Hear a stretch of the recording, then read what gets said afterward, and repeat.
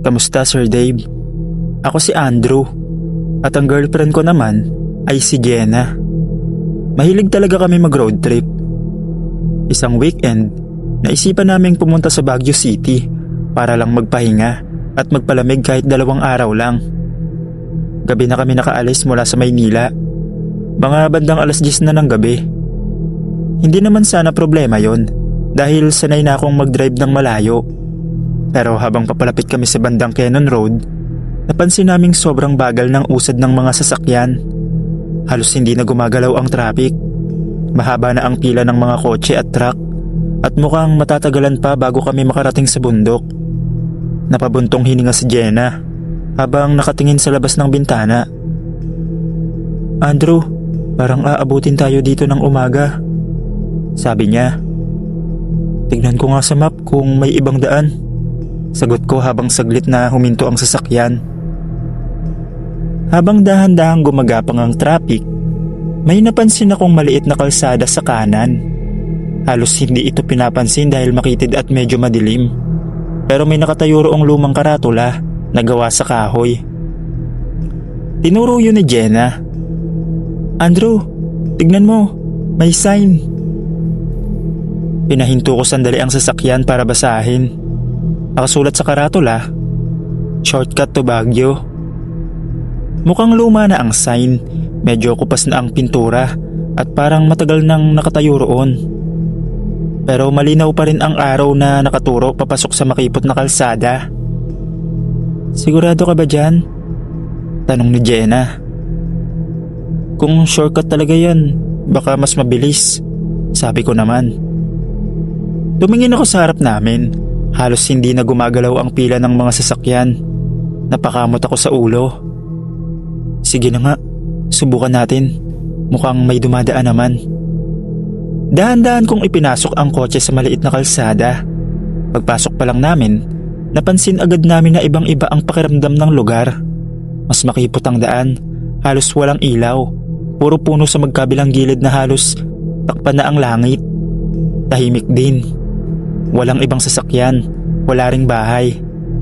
Tanging ilaw lang ng headlights ng kotse ko ang nagbibigay liwanag sa kalsada. Andrew, mahina na sabi ni Jenna.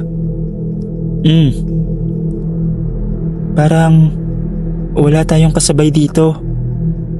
Napatingin ako sa rearview mirror. Wala rin. Shortcut nga siguro talaga. Konti lang may alam, sabi ko para pakalmahin siya. Nagpatuloy ako sa pagmamaneho. Lumipas ang mga 10 minuto. Paikot-ikot ang daan. Minsan paakyat, minsan pababa. Pero napansin ko na parang pare-pareho lang ang itsura ng paligid. Parehong mga puno, parehong mga kurba ng kalsada. Hanggang sa biglang napaupo ng tuwid si Jenna. Andrew, ano? Hindi ba dumaan na tayo dito? Napakunot ang noo ko. Bakit? Tinuro niya ang gilid ng kalsada. Yung sirang guardrail na yan, nakita na natin kanina. Saglit akong natahimik. Sa totoo lang, napansin ko rin yun. Pero hindi ko agad sinabi. Baka magkakamukha lang, sabi ko. Pero sa loob ko, may kakaibang pakiramdam na. Nagpatuloy pa rin kami sa pagmamaneho. 5 minuto pa. 10 minuto. Hanggang sa biglang napahigpit ang hawak ko sa manibela. Dahil sa ilaw ng headlights, nakita ko na naman ang sirang guardrail. Parehong-pareho, parehong pwesto, parehong hugis. Parang bumalik kami sa parehong lugar. Andrew, nanginginig na sabi ni Jenna. Hindi na ako sumagot dahil sa pagkakataong yun, pareho na kaming nakaramdam na may mali sa kalsadang yun. Tahimik kaming dalawa ni Jenna sa loob ng kotse. Wala nang nagsasalita dahil pareho na naming napapansin na paulit-ulit lang ang daan. Huminto ako sandali sa gilid ng kalsada. Pinatay ko ang aircon at ang makina ng kotse para makapag-isip. Biglang naging mas tahimik ang paligid. Sobrang tahimik na halos marinig mo ang hangin na dumadaan sa mga puno. Andrew, bumalik na lang tayo. Tumango ako. Yun na rin ang nasa isip ko. Inatras ko ang kotse at nag-U-turn pabalik sa pinanggalingan namin. Pero habang nagmamaneho ako pabalik, mas lalo lang akong kinabahan. Dahil kahit pabalik na kami, pareho pa rin ang nakikita namin. Parehong kurba, parehong mga puno. At pagkatapos ng ilang minuto, nakita na naman namin ang sirang guardrail. Andrew, hindi na tama to. Halos pabulong na sabi ni Jenna. Ramdam ko na rin ang kaba. Parang may mali sa lugar na yon. Parang hindi kami makalabas sa kalsada. Mas binilasan ko ang takbo ng kotse. Pero kahit gaano kami kabilis magmaneho, pareho pa rin ang nangyayari. Paulit-ulit lang talaga ang daan. Hanggang sa may napansin si Jenna sa malayo. Andrew, may tao. Agad ako napatingin sa kalsada sa harap. Sa liwanag ng headlights, may isang lalaki na naglalakad sa gitna ng kalsada. Mabagal ang lakad niya, nakamahabang damit at tila nakayuko. Pareho kaming natahimik. Andrew, huwag tayo huminto, sabi agad ni Jenna. Sa totoo lang, yun din ang nasa isip ko. Sa gitna ng gubat, sa ganitong oras, may naglalakad na lalaki mag-isa. Hindi namin alam kung bakit, pero pareho kaming natatakot sa kanya. Dahan-dahan ko siyang nilampasan gamit ang kotse. Hindi siya tumingin sa amin. Diretso lang siyang naglalakad. Pagkalampas namin sa kanya, napahinga si Jenna. Pero pagkalipas lang ng ilang minuto, napahigpit ulit ang hawak ko sa manibela. Dahil sa unahan, may naglalakad na naman. Parehong lalaki, parehong damit. Andrew, siya ulit. Nanginginig na naman na sabi ni Jenna. Hindi na ako nagsalita dahil alam kong tama siya. Para kaming umiikot sa iisang lugar at parang kasama namin sa ikot na yon ang lalaking naglalakad. Doon ko na naramdaman na wala na kaming choice. Huminto ako sa tabi niya. Binaba ko ang bintana ng kotse. Kuya, pasensya na. Papunta po sana kaming Baguio pero parang naliligaw kami, sabi ko. Dahan-dahan siyang tumingin sa amin.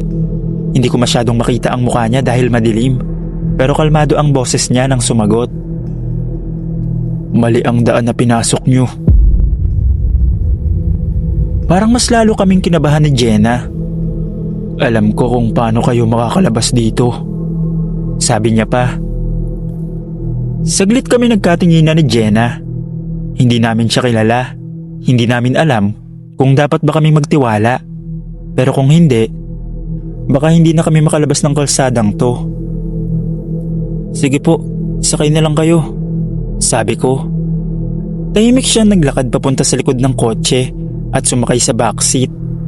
Pagkasara ng pinto, biglang parang nagbago ang pakiramdam ng paligid. Hindi ko maipaliwanag pero parang gumaan ang pakiramdam ng lugar. Diretso lang, sabi ng lalaki. Sumunod ako sa kanya. Pagkalipas ng ilang minuto, sinabi niyang kumaliwa, tapos diretso ulit. Pagkatapos ay kumanan.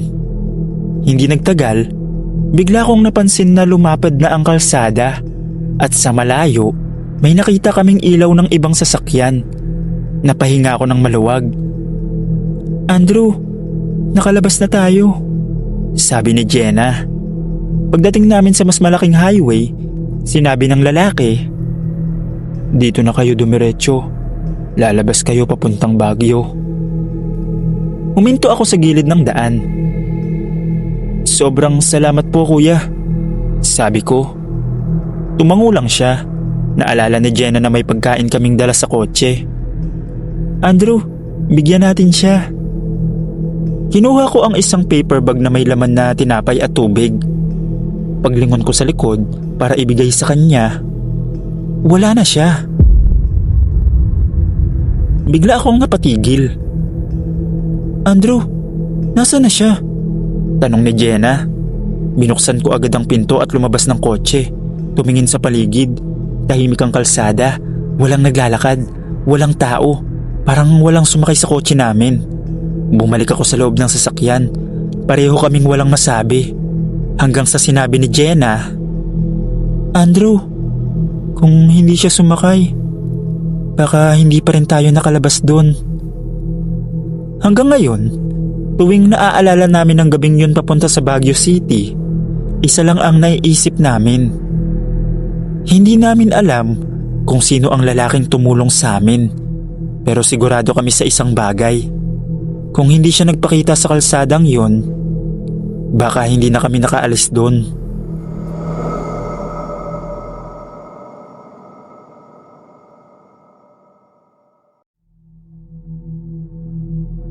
Tatlo kaming magkakaibigan na mahilig mag-road trip.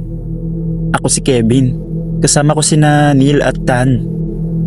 Isang Sabado ng hapon, napagtripan naming bumiyahe papuntang Tagaytay para lang magpalamig at kumain sa mga kainan doon. Hindi naman namin minamadali ang biyahe.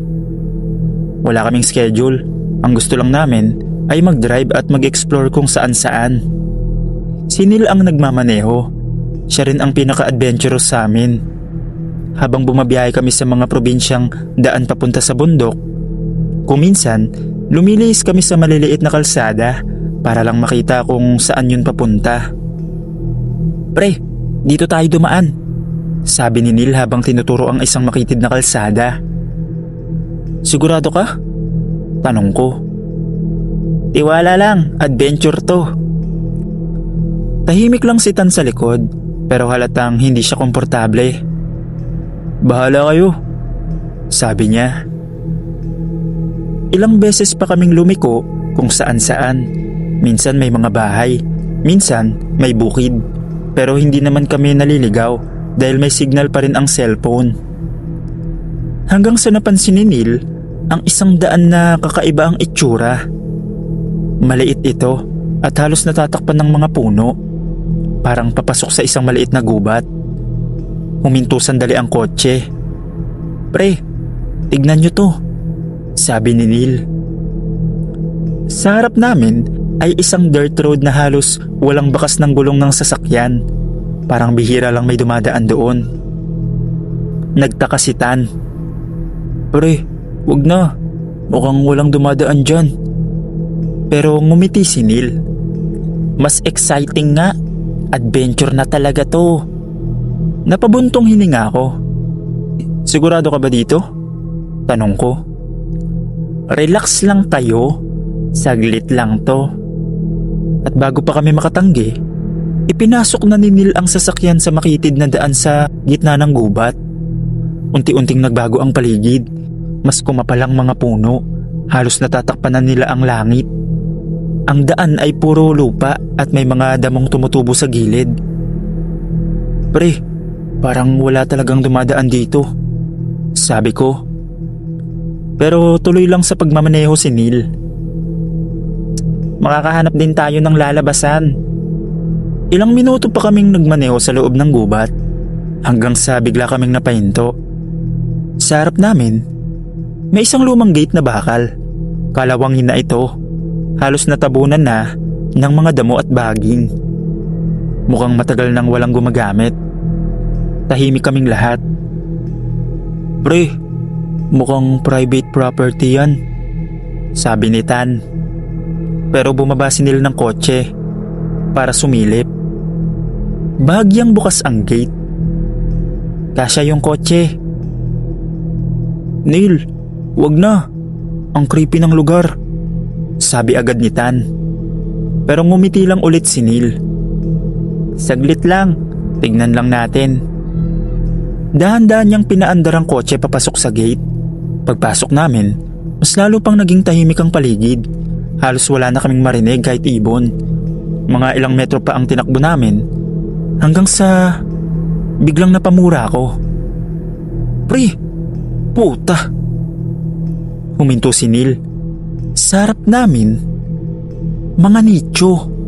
Sunod-sunod, lumang-luma. May iba pang sirana. "Pre, sementeryo to." Hindi lang sementeryo. Tignan nyo yung mga nicho. Sa ilaw ng sasakyan, nakita naming maraming butas, basag at halos gumuho na ang mga nicho. May mga damong tumubo na sa ibabaw. May iba pang halos matabunan na ng lupa. Parang matagal nang pinabayaan ng lugar.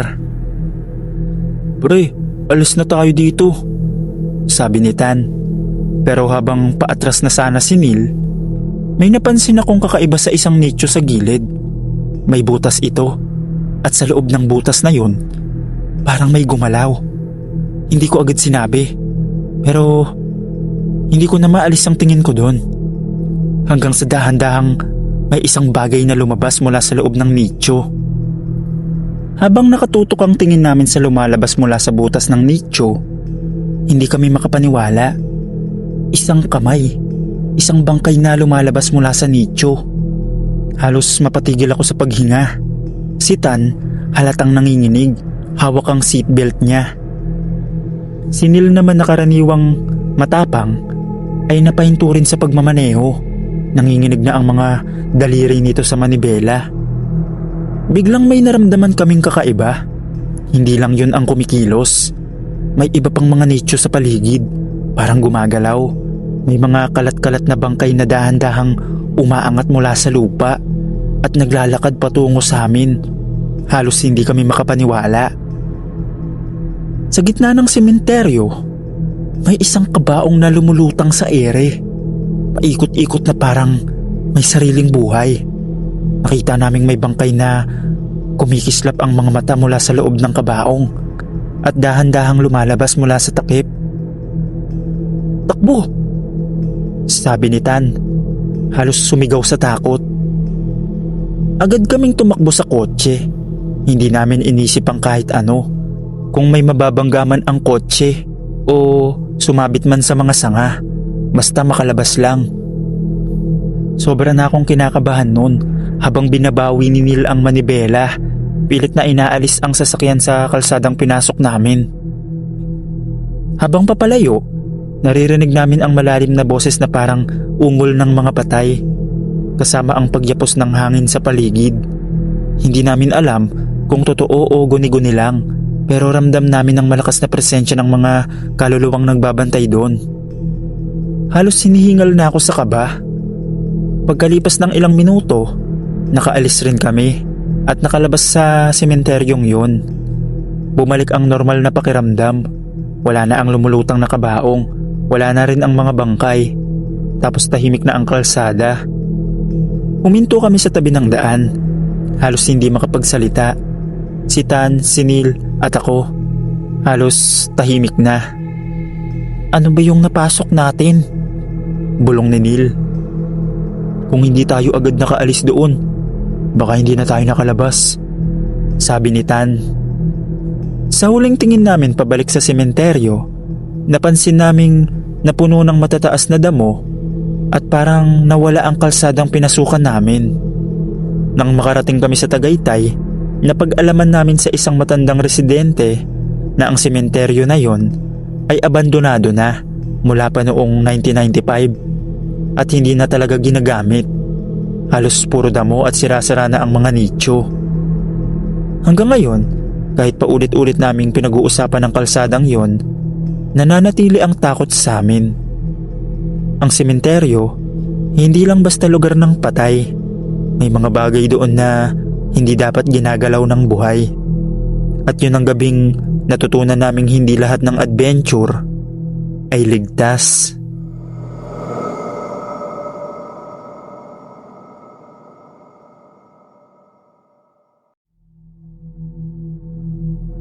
Hello Sir Dave. Sana mapili ang kwento ko. Ako si Pipoy at hanggang ngayon, hindi ko pa rin makalimutan ang nangyari sa amin noong nag-road trip kami isang gabi. 3 kaming magkakaibigan. Ako, si Jimwell at si Chris. Plano lang sana naming mag-road trip papuntang probinsya ni Jimwell. Walang masyadong plano. Gusto lang naming magpahangin at mag-unwind. Gabi na kami umalis ng Maynila, mga bandang 10:00. Dahil sabi ni Jimwell, mas presko raw bumiyahe kapag gabi. Masaya pa nung una. May tugtog sa sasakyan. Nagkukwentuhan kami at kung ano-ano ang pinag-uusapan. Si Jimwell ang nagmamaneho habang ako at si Chris nasa likod lang nagkakatuwaan.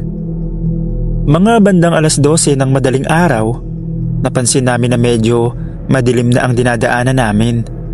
Wala namang masyadong bahay, puro puno na lang sa gilid ng kalsada. Sigurado ka ba sa daan na to? Tanong ko kay Jimwell. Shortcut daw, sabi sa maps. Sagot niya habang nakatingin sa phone na nakamount sa dashboard.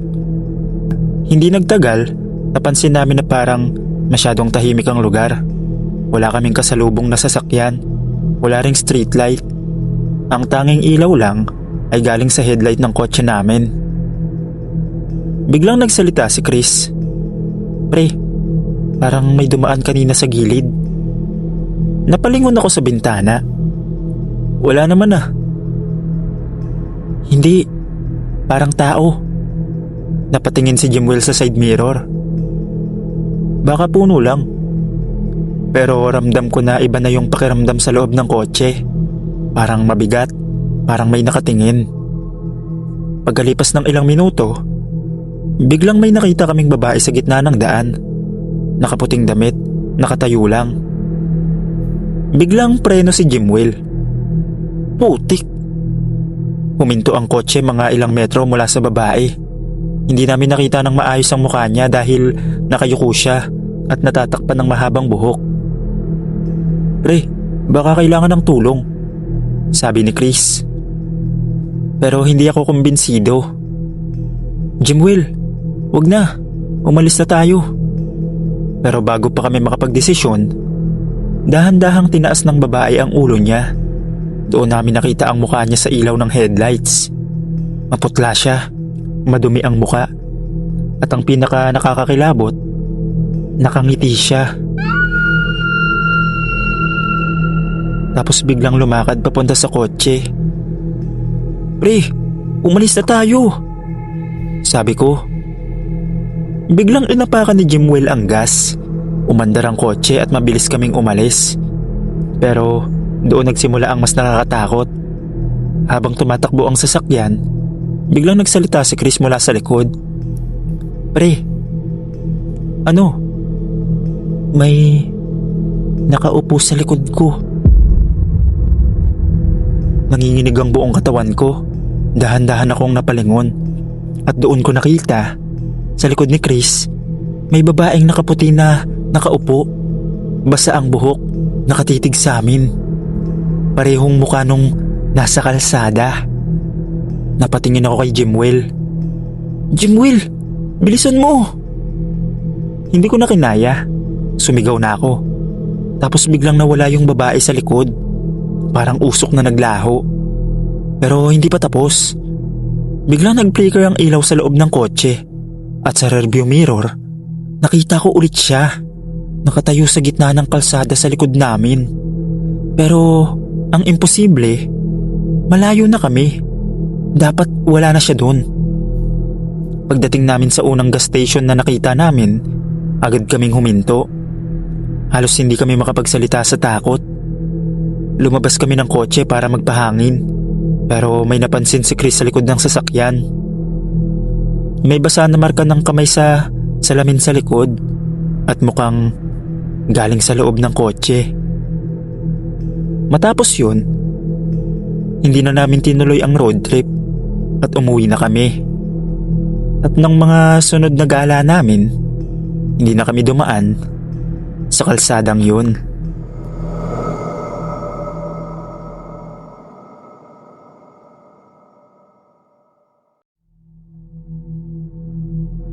Ako si Randy.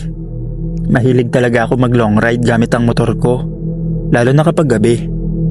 Iba kasi yung pakiramdam ng hangin sa mukha habang dumadaan ka sa mga tahimik na kalsada. Isang gabi, mga 11 PM, mga bandang 11 PM, nagpasya akong mag road trip. Wala naman akong partikular na pupuntahan. Gusto ko lang magpalipas ng oras at mag-ikot. Tahimik ang mga kalsada. Kaunti lang ang sasakyan. Habang tumatakbo ang motor ko, naririnig ko lang ang tunog ng makina at hangin. Mga bandang madaling araw na nang makarating ako sa isang mahabang kalsada na napapaligiran ng puno at damuhan. Halos wala ng bahay sa paligid. Madilim din dahil kakaunti lang ang ilaw ng poste. Habang tumatakbo ako ng mga 60 kph, may napansin akong kakaiba sa gilid ng kalsada. May lalaking nakaupo sa damuhan. Sa una, akala ko may inaayos lang siya o baka nagpapahinga. Pero habang papalapit ako, may napansin akong hawak niya. Isang manok. Pero hindi luto, hindi patay, buhay na manok. Napabagal ang takbo ng motor ko dahil sa gulat. Doon ko nakita ang hindi ko makakalimutan. Yung lalaki ay kinakain ng manok. Hindi yung normal na pagkain. Hinawakan niya ang katawan ng manok at pinipilas ang laman gamit ang ngipin niya. Naririnig ko pa ang tunog ng pagkapunit ng laman. Mas lalong kinilabutan ako nang makita kong hinihila niya palabas ang laman loob ng manok at kinakain niya yun. Buhay pa yung manok, mahina pa itong pumipiglas. Parang hindi tao ang pamamaraan ng pagkain niya. Napatitig ako kahit ayaw ko at doon nangyari ang mas nakakatakot. Biglang tumigil ang lalaki sa pagkain. Dahan-dahan siyang lumingon sa akin. Sa ilaw ng motor ko, nakita ko ang mukha niya. Punong-puno ng dugo ang bibig niya at ang mga mata niya namumula. Saglit kaming nagkatitigan at bigla siyang ngumiti sa akin. Hindi normal ng ngiti. Kita ko pa ang piraso ng laman ng manok sa pagitan ng ngipin niya. Doon ako kinabahan ng sobra. Hindi ko na siya tinignan ulit. Bigla kong piniga ang throttle ng motor at mabilis akong umalis ng lugar na yun. Habang tumatakbo ang motor ko, pakiramdam ko may nakatingin pa rin sa likod ko. Hindi ko alam kung iniisip ko lang, pero parang may naririnig akong mahina na tawa na humahabol sa hangin. Halos hindi ako huminto hanggang makarating ako sa isang 7-Eleven. Doon ako huminto para magpahinga. Habang umiinom ako ng tubig, nanginginig pa rin ang kamay ko. Paulit-ulit kong iniisip kung ano yung nakita ko. Hindi ko alam kung tao ba yun, kung baliw lang ba siya, o kung may ibang uri ng nilalang na gumagala sa mga kalsada kapag madaling araw. Hanggang dito na lang po. Salamat.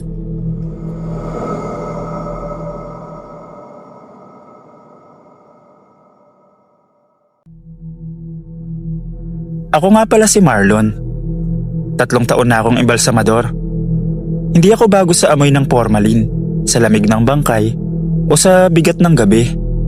Sanay na ako sa mga kwentong multo. Karamihan, gawa-gawa lang ng takot at puyat. Kaya nung una, hindi ko pinansin ang reklamo ng guard. "Kuya, parang may bumabalik daw na bangkay sa loob," sabi niya isang umaga. Napatawa lang ako. Paano babalik ang bangkay na nailibing na? Pero may kakaiba talaga. May isang katawan kaming inasikaso. Lalaking nasa edad 50. Walang kamag-anak na dumalaw. Tahimik ang burol. Maayos ang serbisyo. Kumpleto ang papeles. Sigurado akong nailibing siya. Pero kinabukasan, pagpasok ko sa embalming room, bukas ang ilaw. Hindi ko iniwan na bukas yun. Mas lalo akong kinabahan nang makita ko ang mesa. May bakas ng likido. Hindi naman sariwa. Hindi rin bago. Parang ginamit lang ulit yung mesa. Tinignan ko ang logbook. Wala namang pirma. Wala ring oras. Pero sa huling pahina, may nakasulat na hindi ko sulat. Babalik pa. Sinabi ko sa sarili ko na baka prank lang ng katrabaho o baka pagod lang ako. Night shift kasi ako halos buong linggo. Pero nung gabi rin yun, habang nag-iisa ako sa embalming room, biglang parang bumigat ang paligid. Lumamig ng sobra. Parang binuksan lahat ng freezer kahit hindi naman. May narinig akong mahinang tunog, parang kinakaladkad. Dahan-dahan akong lumingon sa freezer area. Isa sa mga pinto, bahagyang nakabukas. Nilapitan ko yon, pilit na pinapakalma ang sarili. Pagbukas ko, wala. Walang bangkay, walang laman. Pero sa loob, may naiwan. Isang maliit na supot na puti. Hindi ko agad binuksan, pero alam ko na agad na hindi yun dapat nandun. At mas lalong hindi yun dapat nawala noon pa. Sa sandaling yun, may narinig akong bulong mula sa likod ko. Mahina, parang galing sa dibdib ng taong pagod na pagod. Nanlamig ako. Hindi ako lumingon. Hindi ko kaya. Hindi ako agad gumalaw matapos kong marinig ang bulong. Parang hindi galing sa likod ko. Parang galing mismo sa loob ng ulo ko. Pilit kong nilunok ang kaba at dahan-dahang humarap sa mesa. Kinuha ko ang maliit na puting supot na naiwan sa freezer. Mabigat ito, mas mabigat kaysa sa inaasahan. Pagbukas ko, doon ko nakita ang laman. Hindi ko na ididetalye. Sapat nang sabihing bahagi ito ng katawan na dapat ay sinama noon pa. Bahaging malinaw na itinago. Biglang bumalik sa alaala ko ang chismis tungkol sa dating embalsamador. Kung paanong may mga kinukuha raw siyang bilang anting-anting, mga piraso. Basta yun. At ngayon, may bumabalik. Biglang namatay ang ilaw. Kasabay nun, bumukas ang lahat ng freezer. Isa-isa, dahan-dahan. Bumagsak ang lamig sa buong kwarto. Hindi na ito normal na lamig. Para akong nasa ilalim ng lupa. May narinig akong yapak. Mabigat, mabagal, tapos papalapit. Sa dulo ng embalming room, may tumayo. Hindi siya solid. Parang anino na may hugis ng tao. Nakayuko ang ulo. Hindi naman siya mukhang galit. Ang nararamdaman ko, parang malungkot siya. Unti-unti siyang lumapit sa mesa. At doon ko napansin, may kulang sa kanya. Tinignan niya ang supot sa kamay ko. Dahan-dahan niyang inilahad ang kamay niya. Nanginginig, parang nakikiusap. Tapusin mo. Hindi ko na kaya. Mahina niyang sabi. Nanginginig ang kamay ko habang inilagay ko ang laman ng supot sa mesa. Ginawa ko ang dapat kong gawin bilang embalsamador. Walang seremonya, walang tanong, tahimik lang. Habang ginagawa ko yun, unti-unting nagiging buo ang anyo niya. Nang matapos ako, huminga siya ng malalim kahit alam kong hindi na dapat humihinga ang patay. Tumango siya sa akin. Paglingon ko sandali, nawala na siya. Kasabay nun, nagpatay sindi ang ilaw. Nagsara ang mga freezer. Tahimik na ulit ang funeral parlor. Parang wala nangyari. Kinabukasan, isinumbong ko ang lahat sa may-ari. Nag-imbestiga sila. Sa lumang cabinet ng dating embalsamador, may nakita silang mga gamit at mga bagay na hindi dapat itinatago. Tinanggal ang pangalan niya sa pader ng parlor. Nilinis ang buong lugar. At mula noon, wala nang bumalik na bangkay. At wala na ring nagpaparamdam. Wala nang sulat sa logbook. Wala nang bulong sa gabi.